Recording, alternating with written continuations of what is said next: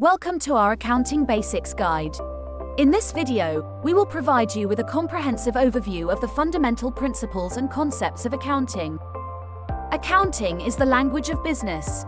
It helps us understand and communicate the financial health of a company. At its core, accounting is all about recording, analyzing, and interpreting financial information. One of the key components of accounting is bookkeeping.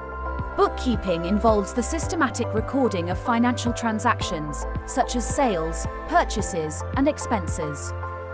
To ensure accuracy, bookkeepers use various tools, such as calculators and accounting software, to keep track of these transactions. This information is then organized into financial statements. Financial statements provide a snapshot of a company's financial performance. The most common financial statements include the balance sheet, income statement, and cash flow statement. Analyzing financial data is another crucial aspect of accounting.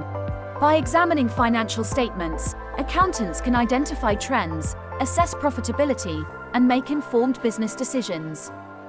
Accountants also play a vital role in providing financial advice and guidance to individuals and businesses. They help clients understand their financial position, plan for the future, and comply with tax regulations. Taxation is an integral part of accounting.